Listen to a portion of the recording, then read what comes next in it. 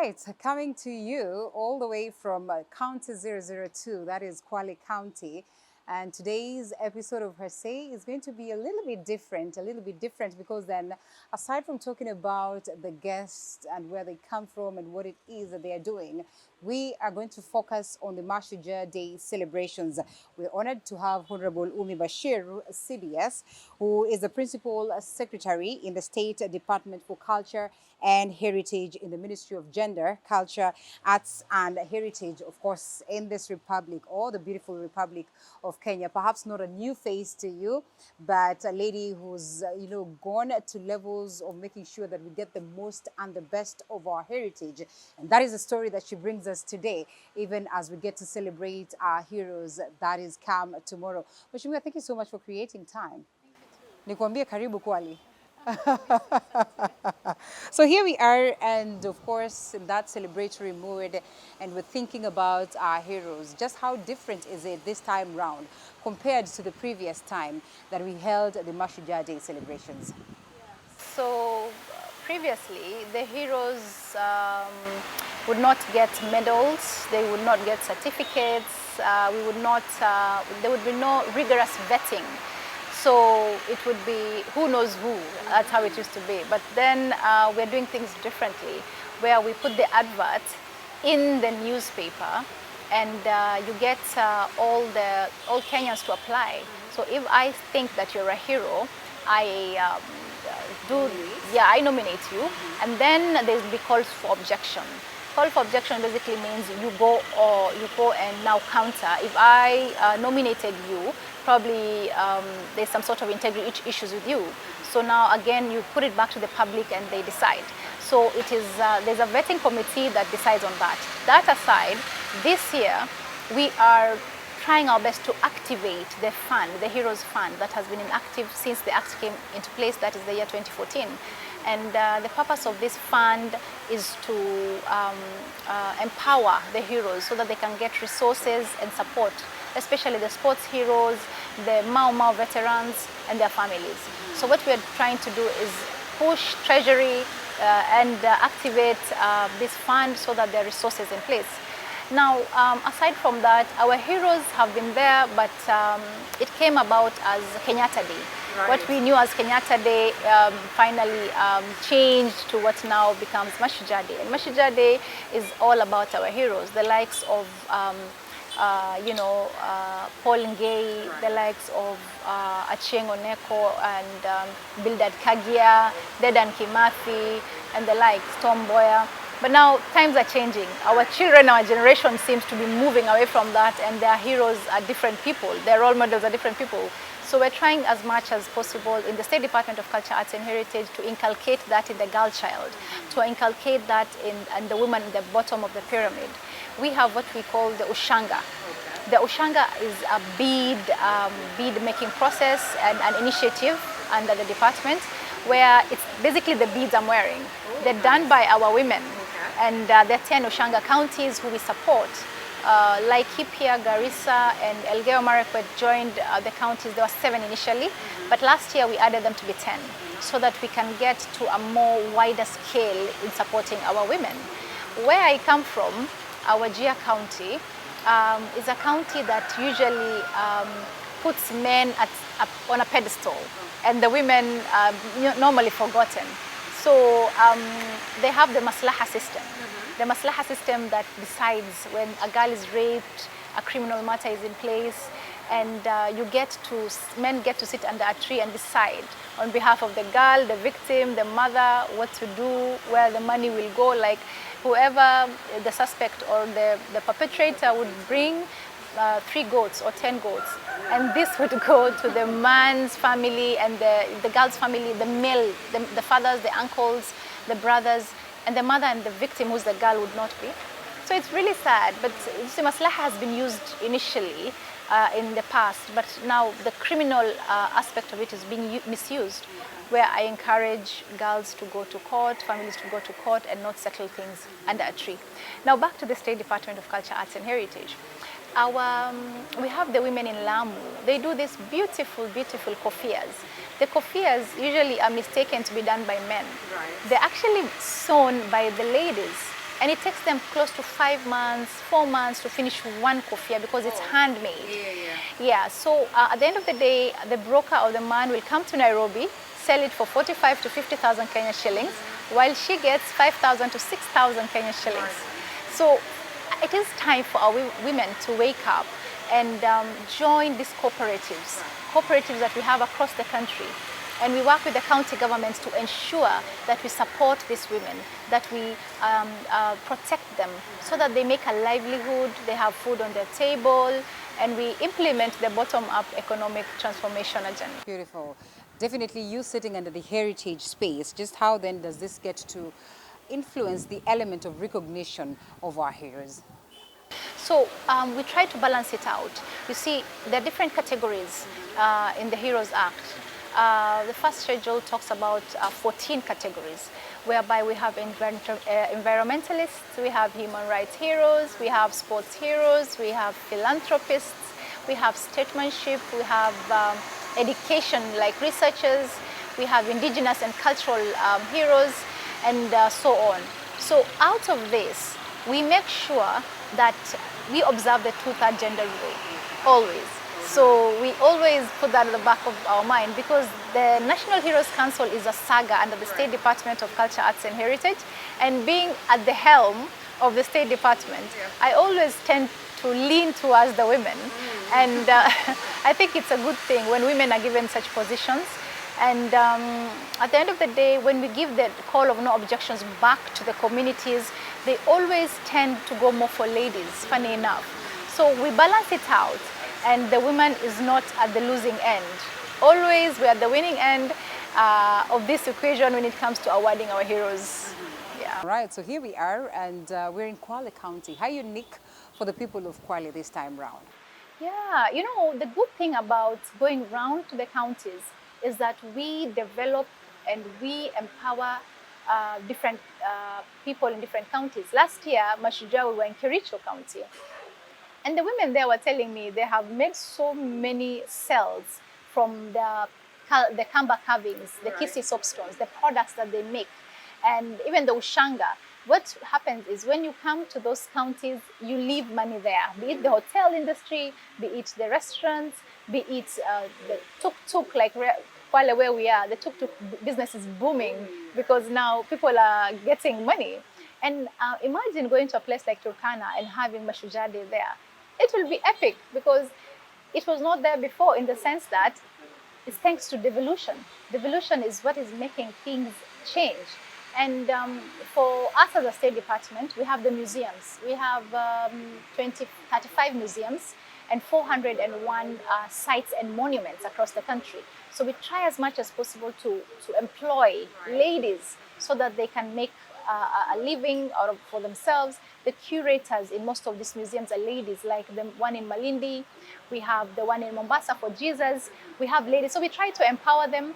And that aside, it's good to note I'm the only Muslim lady in the executive as a PS and also the CS. So sometimes I'm drawn towards minorities and I'm drawn towards empowering the people of the North and also the pastoralist community, because most of the time it is us who are sidelined in terms of education. It is us who are left behind in terms of empowerment. So where I am, it gives me an opportunity to empower the girl child, to empower not only the people where I come from, but across Kenya. I was in West Pokot the other day, and a lady there was trying to sell me a beadwork for 200 shillings. You know, I gave her more, and she was so shocked and so impressed. And I told her, your worth should always be very high. If someone is not buying, they might as well go. But she told me, you see, I need this money. At the end of the day, I need to eat. So we're coming up with a solution for that, for the market issue that we have for our products. It's called the Sana e-commerce platform. It's a marketing platform where you sell products. You can sell products all the way from Marsabit. It's online. You sell to someone in Kisumu, you sell to someone in Tanzania. And this is a product that we are very proud of as a State Department because it is an online platform. It's got linkages to eBay, to Amazon. It is a platform where there's no middleman. So the money comes to your pocket, which is what we have been campaigning on as the Kenya Kwanza government, and it is what we want. We want pesa mfukoni. So as a State Department, yeah, exactly. So when we're talking about the celebrations always going to different counties and always have the same calendar set, and it's very clear that this is going to a certain county. Are there any arrangements or special arrangements to make sure that then there are persons within this community that are fated? Yeah, that actually it's very important because we have a steering committee. The steering committee comprises of State Department of Interior, a Ministry of Interior under the State Department of Interior, whereby Interior takes charge in terms of all the national celebrations. We have the PS for Devolution. The State Department of Devolution now comes in, it's plugged in terms of the counties. We have different, like myself, the State Department of Culture, Arts and Heritage, we are plugged in terms of music. The creative economy, where we have the dancers, the artists. So the kids who perform, the singers who perform in those particular counties, like Mzengala, for instance, we get this local talent from where we are. So when we were in Kericho, we used the artists from Kericho so that we empower them. The children, the dancers, all these are gotten from that county. Same for Kwale. We're empowering the people of Kwale in terms of music, in terms of arts, in terms of acrobats, and performing arts too. Yeah. All right. So how many are we facing this time around? We are facing 142 heroes, and out of that, I think we have like 10 heroes from Kwale. We have mixed male and female, and remember, these heroes are chosen by the people of Kwale, the people from that particular county who know you. The people from that ward who know you are the ones who have actually, chosen you, and then there's the call for no objection. So it's thanks to that process of transparency, it tends to give us people of value, people of integrity, and people who actually deserve to be called heroes. The number has reduced from last year. Naturally, we'd expect for it to go higher. Why that reduction, though not by a huge gap? That's a good question, and thank you for noticing that. We wanted to have value. We don't want to be giving 1,000 people for the sake of it. We want it to be rare. What is rare is always golden.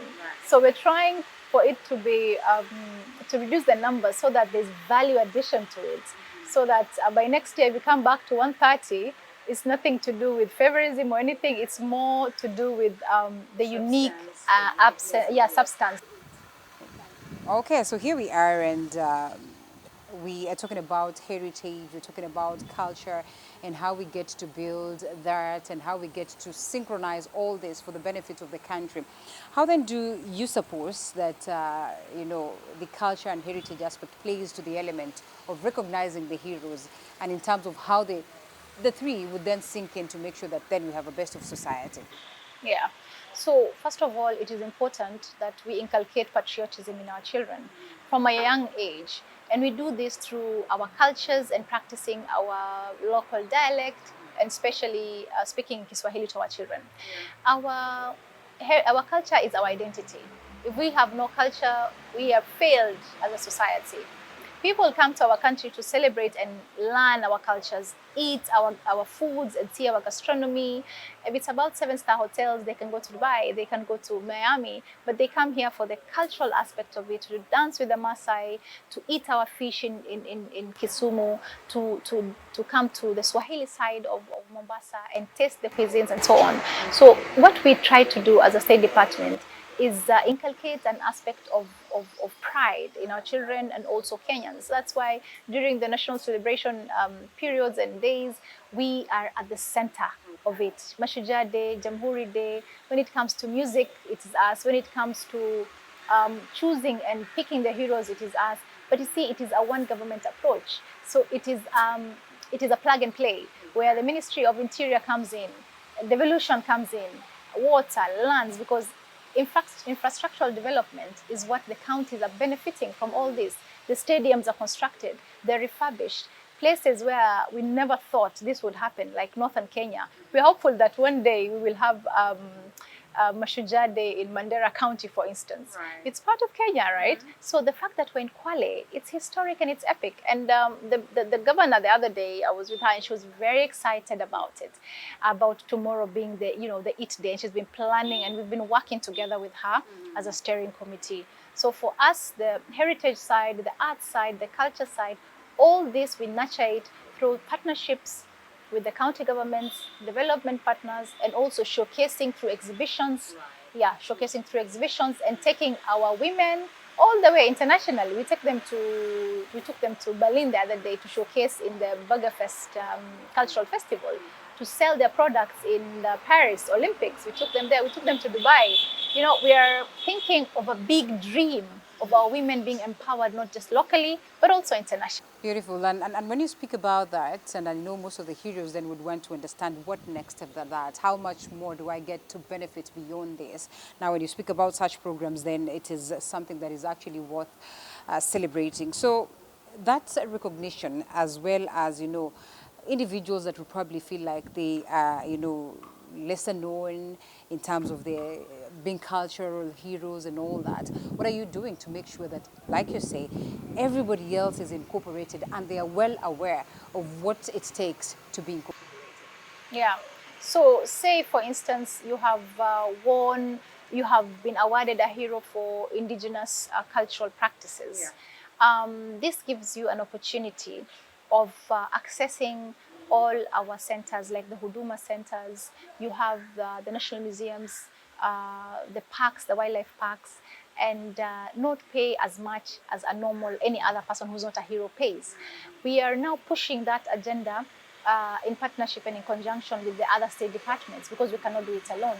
So it is something that when I become a hero, we don't want the award to end right there. Having a medal and a certificate, it shouldn't stop with that. It should be more to that. If I go, like for instance now, the Kwale heroes who we chose last year are the ones who are the epicenter of the Mashujaas of this year, because now they're guiding and telling them the story of what they've benefited from. Extending the benefits to society. Exactly, because now society benefits in that. Listen, I'm a hero, and they come together and they come to the Heroes Council, and we support them wherever we can.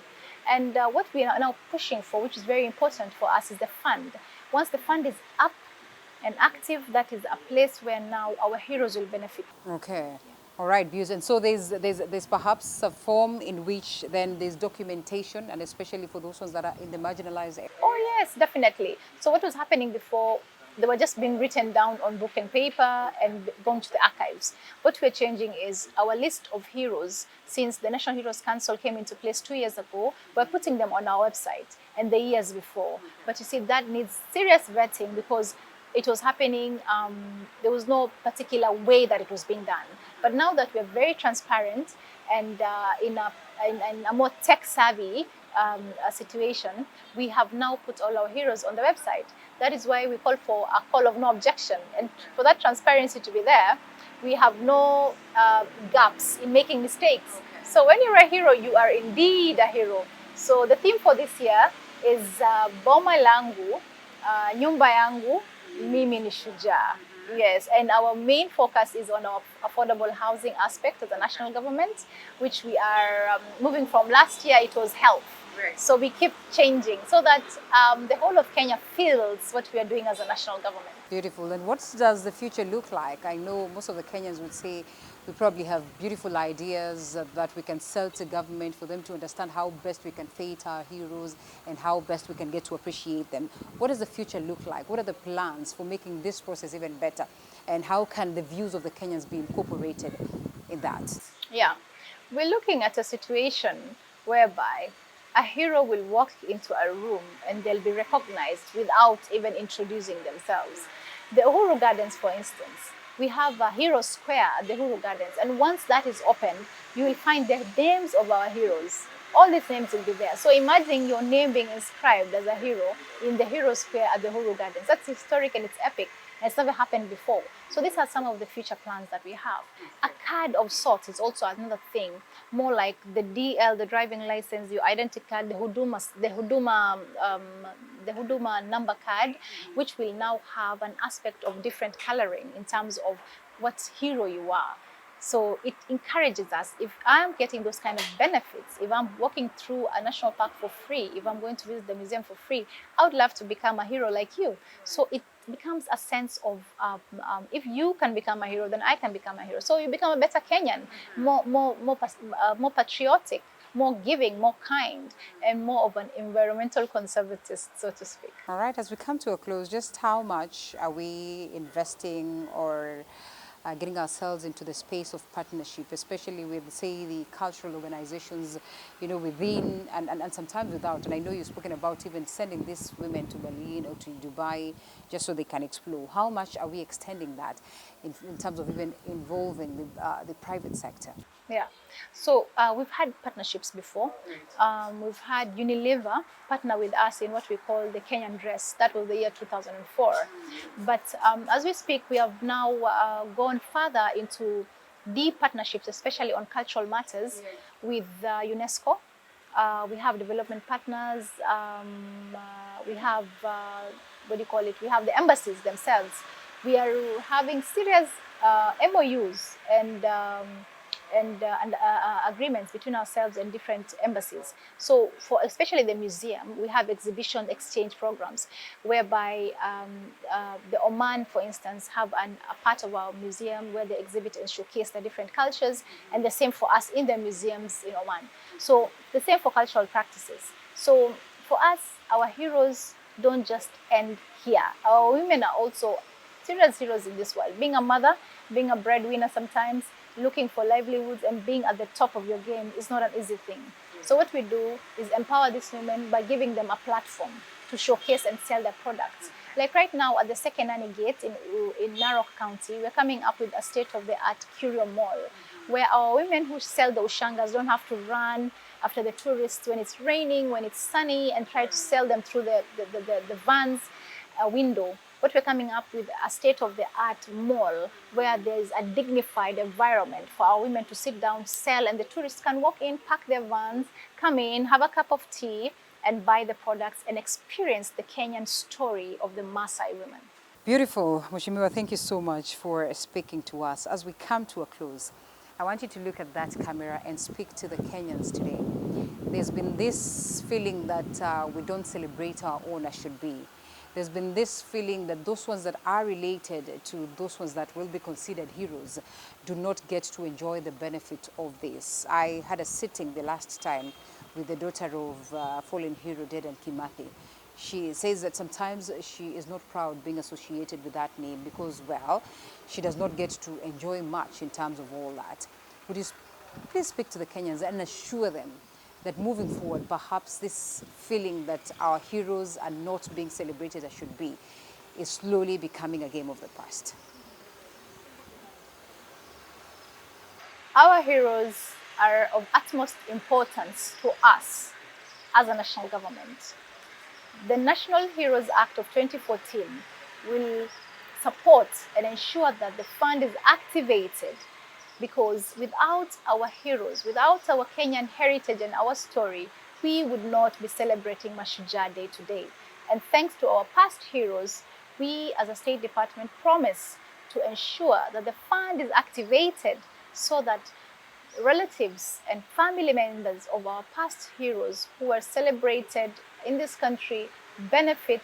And this comes from a point of saying, for this 2024 Mashujaa Day, boma langu, nyumba yangu, mimi ni shujaa. Thank you. Thank you so much. Boma langu, nyumba yangu, mimi ni shujaa. Indeed, wewe ni shujaa. In your own little way, we celebrate and appreciate you. Honorable Ummi Bashir, CBS, the Principal Secretary in the State Department for Culture and Heritage in the Ministry of Gender, Culture and the Arts and Heritage in the Republic of Kenya. Asante sana for speaking to us as well. Back to you, appreciating you and equally saying that we wish you nothing but the best as we celebrate our shujaas, as we celebrate ourselves, being shujaas in our own little ways. I look forward to see you again on Saturday. Do have yourself a lovely night. My name is Linda Alela. Bye-bye.